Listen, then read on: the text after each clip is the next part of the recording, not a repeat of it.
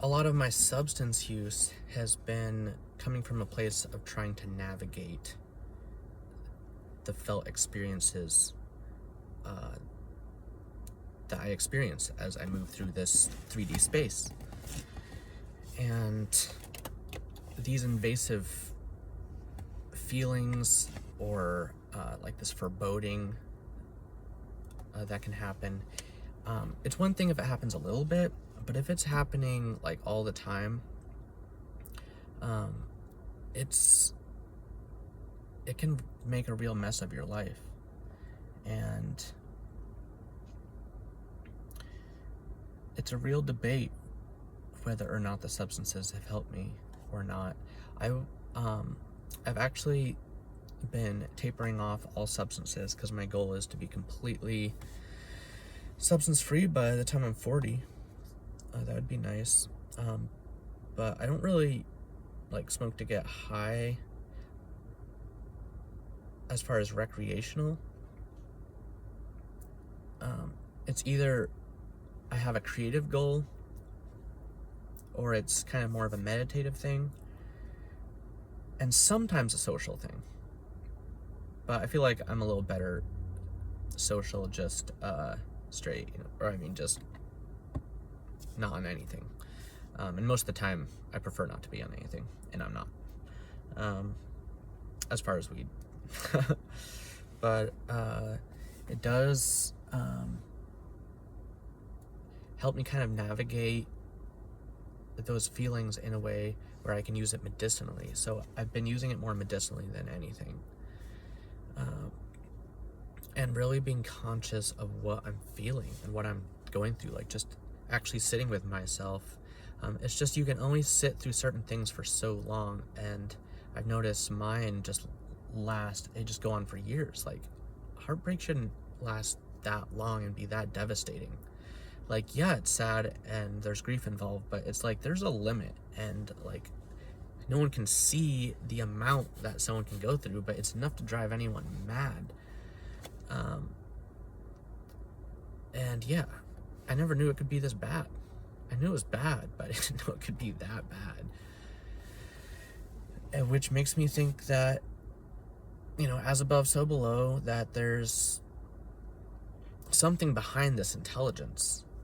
And there's definitely some kind of invisible warfare going on, and this is part of my defiance, my quiet defiance. That's not so quiet because I'm talking about it in these videos. But speaking out about it, not necessarily against it, even though I am posed against it because I don't like it.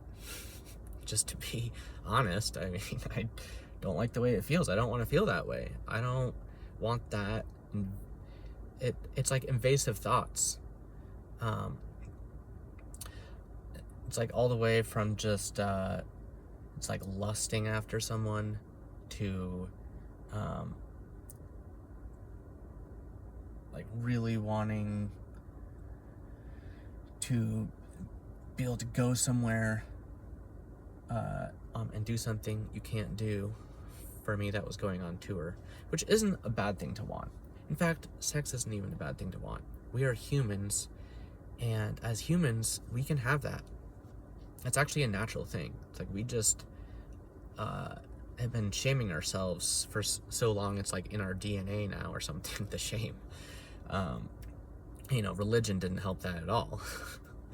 Because not understanding our origins is just like, that's a very delicate part of ourselves. It's a very, like, another word I guess is sacred. But it's a very sensitive part of ourselves, our sexuality. But we actually as humans need it.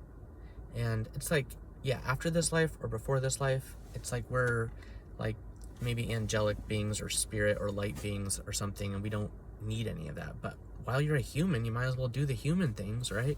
So, but I don't want to be longing and wanting of things that I don't have. I want to be in the moment, so I have to keep redirecting myself, and I do redirect myself. But I'm tired of that. Like, I don't want to always be redirecting myself. Like this ADD or whatever, that's what got me on Kratom in the first place, because it really did help with that. It's just a real bummer that the diminishing returns are kind of the ultimate downside. Because in every other way, it's like one of the best drugs. If only it wasn't so addictive. It's not even necessarily addictive like I crave it. Like, I actually like the feeling of not being on it, because it kind of has this, I don't get quite as much of my spectrum of feeling. It's like more limited, but it's at least in a better place where I can practice music, hold conversations with people, like read a book, like be able to focus. Whereas on the natural, I just like space off all the time. Even before I was stoned, I go into these micro catatonic states where I just like, I had this one girlfriend that called it like after school special or something. She was kind of, I don't know, but it's like kind of where you're just like, I mean, I'm not like trying to do that. It just happens. It's like a hiccup or something you can't control. I just like automatically go into fugue state, into a trance. Essentially I go into trance. I auto meditate. That's like the first level of it. Like, I don't know. I have gone deep before, but so much of it's just involuntary. Like, I want more. Like, I feel like I'm in the cockpit of my vehicle in here, right? But it's all on autopilot in this weird setting, and I can't like get it off of autopilot. It's kind of an analogy I'm just coming up with now. And I know, you guys share that to a certain degree. Like, I'm flapping on about it because it's important to me that these fundamental aspects of myself be of the disposition or of the orientation that's like balanced, that's like who I want to be, that is like the vibe that I want to put out, and like the frequency that I want to maintain, but I have done that. It's just hard to maintain consciousness for very long. It's like how long you can go without blinking. Eventually you're gonna blink, especially when you're thinking about it. Sometimes the best you can do is just actually get kind of stoned or trance out or meditate, which is the best version of all those, because you're doing it with intention instead of it just kind of randomly occurring.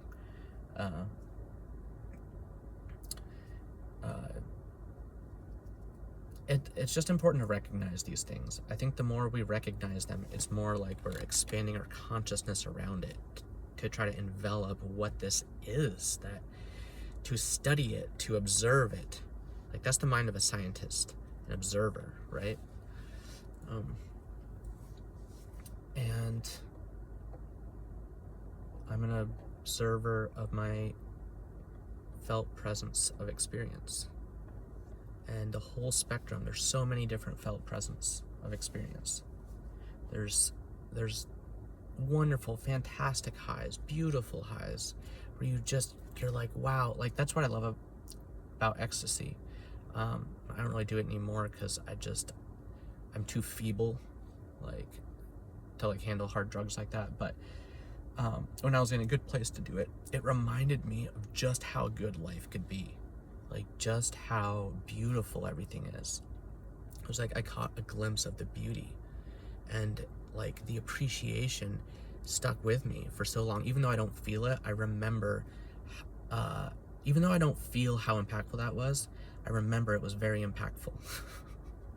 Sometimes that's the best we got.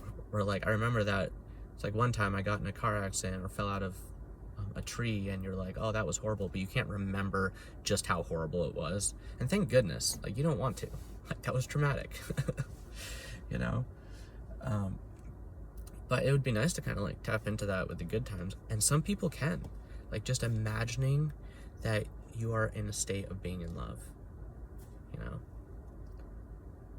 imagining being in love, even if you're just alone. If you can evoke that feeling, that That's the felt presence that I'm talking about. That can be evoked, and you can just be in love with everyone. Because why not? And it doesn't have to be like wanting to make out with everyone, but just like to like that appreciation, that love. You know, what is that? That we don't have the word for it. Because love just seems cheesy because of how much it's tossed around at everything. But you know what I mean? The thing that makes your life worth living. The thing that keeps you here. Because you're, you know, as long as the only thing that doesn't keep you here is fear, that'd be a sad place to be. One of the things that's kept me here is I can't just bail on all my friends and family. Like, it's almost like, how long can you go? It's a game of Survivor. How long can you survive? It's like a competition. Yeah, a little bit like the Hunger Games. I don't know. It's probably gonna get worse.